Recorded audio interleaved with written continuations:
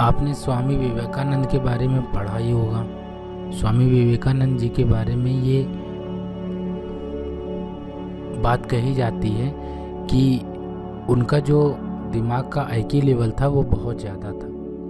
वो अगर एक किताब को ठीक से देख लेते थे तो वो किताब उनको याद हो जाती थी। फिर वो कहीं से भी कोई क्वेश्चन कर दो उसका आंसर वो तुरंत देते थे।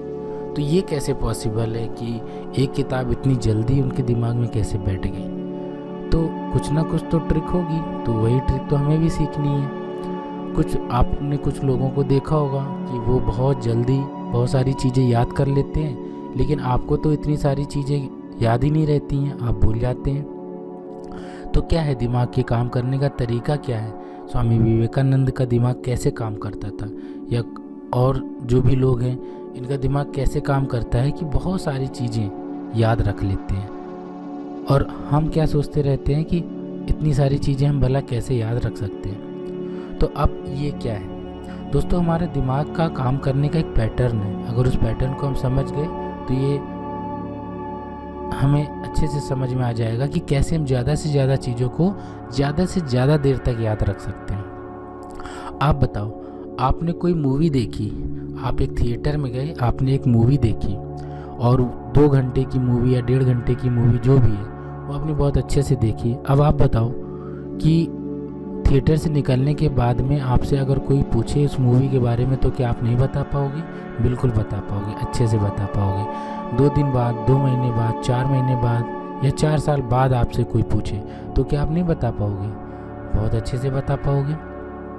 चलो अब इसको क्या करते हैं, अब आपको मूवी नहीं देखनी है, अब आपको एक बुक पढ़नी है। बुक पढ़ने के बाद में आपसे कोई सवाल करता है तो हो सकता है आप सवाल का जवाब दे दो, लेकिन 2 दिन बाद, 2 महीने बाद या 2 साल बाद उस बुक से संबंधित, उस बुक से रिलेटेड कोई आपसे कोई क्वेश्चन करता है तो आप यकीन मानिए आप उसका आंसर नहीं दे पाओगे, क्योंकि आप भूल चुके हो कि आपने क्या पढ़ा हुआ था। तो ये क्या है, ये यहीं पर दिमाग कैसे काम कर रहा है इसको समझना है। देखो, हमारा दिमाग जो है वो टेक्स्ट को, वो जो हम लिखते हैं ना, हिंदी, इंग्लिश, ये टेक्स्ट है।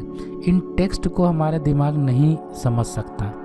वो हम याद करने की कोशिश करते हैं, लेकिन उन टेक्स्ट को हमारा दिमाग पचा नहीं पाता है, समझ नहीं सकता है। हमारे दिमाग किसी भी चीज़ को विजुअलाइज करता है, उसकी एक कहानी बनाता है, एक रूपरेखा बनाता है। तो ये कहानी, ये रूपरेखा जब हमने मूवी देखी तब तो वो कहानी उसको बनी बनाई मिल गई, तो उसको दिमाग ने अच्छे से पचा लिया उसको। लेकिन जब हम कोई किताब पढ़ रहे थे उसमें उसको कोई कहानी नहीं मिली, उसको टेक्स्ट मिली। हाँ, अब कैसे करना है, सवाल ये उठता है कि ये टेक्स्ट या बुक में तो टेक्स्ट ही होते हैं, इनको कैसे करना है?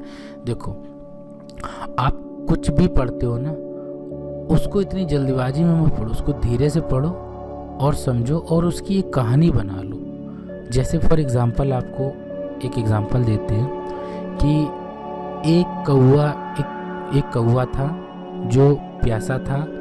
वो कहीं गया, एक घड़े में थोड़ा सा पानी था पर उसकी चोंच वहाँ तक नहीं पहुँच पा रही थी। उसने धीरे धीरे कंकड़ डाले और पानी ऊपर आया, उसने पानी पी लिया, उसकी प्यास बुझ गई। ये कहानी बचपन में हमने पढ़ी थी, लेकिन ये कहानी मुझे क्यों याद है? क्योंकि मुझे वो टेक्स्ट याद नहीं है। मैंने वो कौवा और घड़ा और वो कंकड़ मुझे आज भी याद है, इसलिए मैं उस कहानी को आपको बता पा रहा हूँ। अब इसी चीज़ को अगर टेक्स्ट में मैं पढ़ता मुझे याद नहीं रहता, ऐसे आपको भी याद नहीं रहता है। तो आप कोई भी चीज़ पढ़ें, उसकी एक कहानी बना लें, उसका एक विजुलाइजेशन बना लें अपने माइंड में। उसके लिए आपको अपनी आंखें बंद करनी पड़ेंगी और जो भी कुछ पढ़ा उसको विजुलाइज करना पड़ेगा कि हाँ ऐसा हो रहा है। जब ऐसा 1-2 बार आप करोगे ना, उसकी एक कहानी आपके माइंड में फिट हो जाएगी और जब ज़रूरत पड़ेगी आपको दिमाग अपने आप उसको ढूंढ के लाएगा और आपको दे देगा। आपको कुछ भी नहीं करना, आपको इसके लिए कोई मेहनत नहीं करनी। हाँ, आपको मेहनत इतनी करनी है, शुरुआत में उसकी विजुलाइजेशन आपको बनानी थी, एक पिक्चर बनानी थी। तो आप हर चीज़ को पिक्चर बना के अगर आप पढ़ेंगे तो आपको वो चीज़ आप देखोगे बहुत ज़्यादा समय तक याद रहेगी। जैसे कि आपने सिनेमा हॉल में वो मूवी देखी, तो अब हर चीज़ को आप एक पिक्चराइजेशन, एक विजुलाइजेशन बनाएंगे, उसकी इमेज बनाएंगे और आप देखिए आपके दिमाग में बहुत सारी चीज़ें और बहुत ज़्यादा समय तक याद रहने वाली हैं। Thank you. चैनल को सब्सक्राइब ज़रूर करिए।